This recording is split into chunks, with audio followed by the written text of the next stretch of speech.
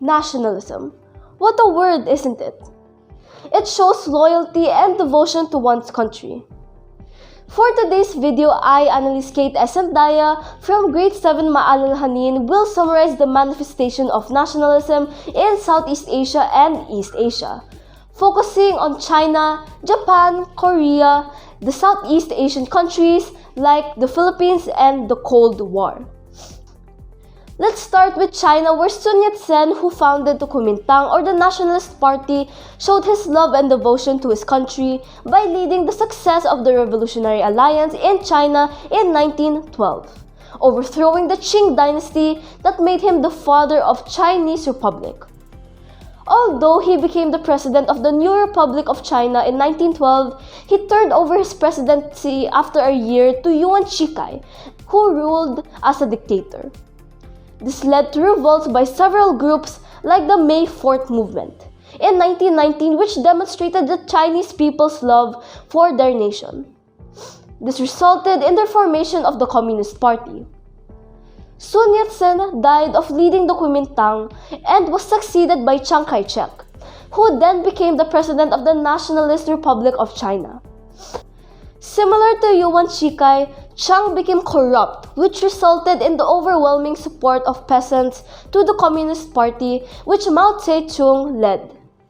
He made the peasants his true revolutionaries. Next is Japan. When it was believed during the Meiji period, the Japanese were empowered to develop nationalism to defend the nation against colonization of Western countries. There was a significant growth in Japan as a powerful competitor of the European powers until Japan experienced the Great Depression in 1929, which led them to set a goal of occupying lands in East and Southeast Asia. Japan then crushed the Western colonies in the region, declaring a statement, "Asia for the Asians," which is part of the Amo Doctrine or Asiatic Monroe Doctrine, declaring that Japan has the total responsibility to maintain peace in Asia. Korea was invaded by Japan, and due to the Japanese strict rule, Koreans' movement for independence grew between 1910 and 1919.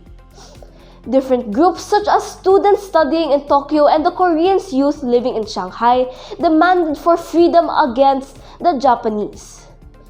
Rallies were all over Korea, brutally met with violence by the Japanese.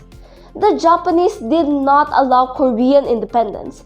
In fact, they gave unlimited freedom to Korean press. Nationalism was significantly demonstrated in Southeast Asian countries as well, one of which is the Philippines, where nationalism developed in 1821 during the Spanish colony. Ilustrados, the well-to-do Filipinos studying abroad, came back with the ideals of the French and American revolutions that enlightened Filipinos about the abuses of the Spaniards. Jose Rizal, the most famous intellectual Ilustrados, and Andres Bonifacio, founder of Katipunan, were two of the Filipinos who clearly demonstrated the nationalism of the Philippines. Myanmar, or formerly called as Burma, demonstrated nationalism when a group of Buddhists pushed for the first nationalist movement in 1906, eradicating the Western countries' influence. The We Burman Society was established by students of the University of Rangoon, demonstrating their will to be leaders of their own country. In Indonesia, Indonesia's nationalism concern was to fight against Dutch and their acquisition of nationhood. Different groups formed, such as the Baldi Otomi in 1908, with the purpose of gaining independence in 1949. Indonesians gained their independence with the support of the United Nations. In Vietnam, similar to Philippines, the formation of revolutionary groups were inspired by the Vietnamese studied in Europe, applying the French political thoughts to the region. One of the groups is Viet Minh, organized by Ho Chi Minh in 1941, which existed until 1954. Now, with all of these historical facts about nationalism, we can say that it is an important aspect where every citizen of a country should have, right?